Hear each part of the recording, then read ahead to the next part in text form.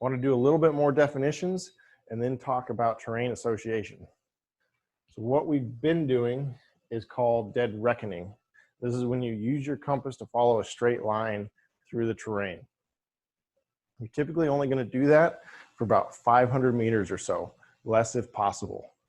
All right, so hanging a bear bag, you cross the snowfield and you need to find out, and you need to get back to the trail. So other times when you're going longer than 500 meters, you're going to use a combination of dead reckoning and what we call terrain association. So this is comparing what you expect to see on the map to what you do see on the ground.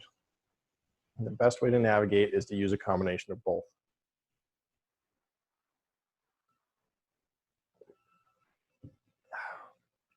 Some definitions again. Landmarks. These are permanently known points that are easily identifiable on the ground. Junctions, bridges, road intersections, hills, creek intersections, lakes, etc. Be careful with roads or trails, because some, especially like four-wheeler tracks, will not, or wilderness areas, the trails may not be as easily identifiable as you think. Or a deer trail or an elk trail might look really like that, poorly used trail on your map. Or there might be four-wheeler tracks out there that aren't on the map, because the last time the map was updated was in the 80s. So be careful with smaller roads. Like the improved gravel roads are fine. Four-wheeler tracks, etc. Two laners, two trackers. Be a little bit more careful with those.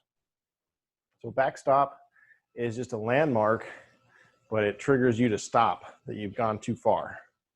And on the left here, we have a trail junction at a lake. So that's hey, if I'm trying to go on, if I'm on the black trail, if I want to go on the black trail, I keep going, and I hit that lake, that means stop. The black trail doesn't hit the lake. I went too far.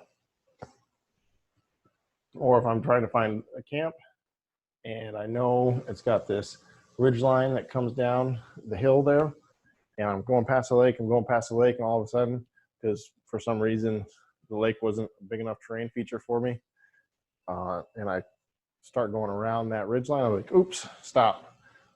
I'm running out of lake to camp at. Let's say there was all sorts of other campers at the lake and I wanted to get some space from them. A handrail is a linear feature, generally linear. It's nature, so it's not going to be completely straight. That is going to run roughly parallel to your direction of travel. So you can know, like say in this example, along the creek, hey, as long as I'm following that creek, I'm on the right trail.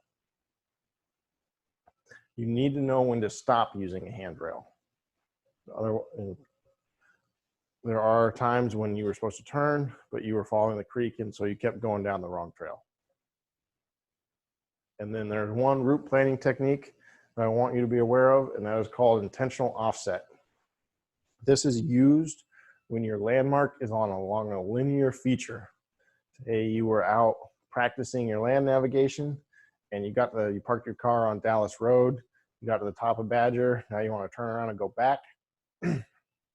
A direct azimuth back to your car would be 265 degrees. But maybe it's something else. Maybe it's not a car. Maybe it's a bike, and you put it down in the ditch so it won't get stolen. So, but you're going to drift. You're not going to be able to walk in a perfectly straight line. If you try to go 265, you would hit Dallas Road, and you wouldn't know whether you hit it down here or you hit it to the north. So what you want to do is intentionally offset. You're going to walk a 270 degree azimuth, so that when you get down to Dallas Road, when you do hit it, you got to turn left. You're going to find your bike, guaranteed, because you intentionally went a little bit north of where you're supposed to be. That way you knew once you hit the road, turn left, and you're good. You don't even need to worry about, am I too far south? Am I too far north? You know you're too far north because you did it on purpose.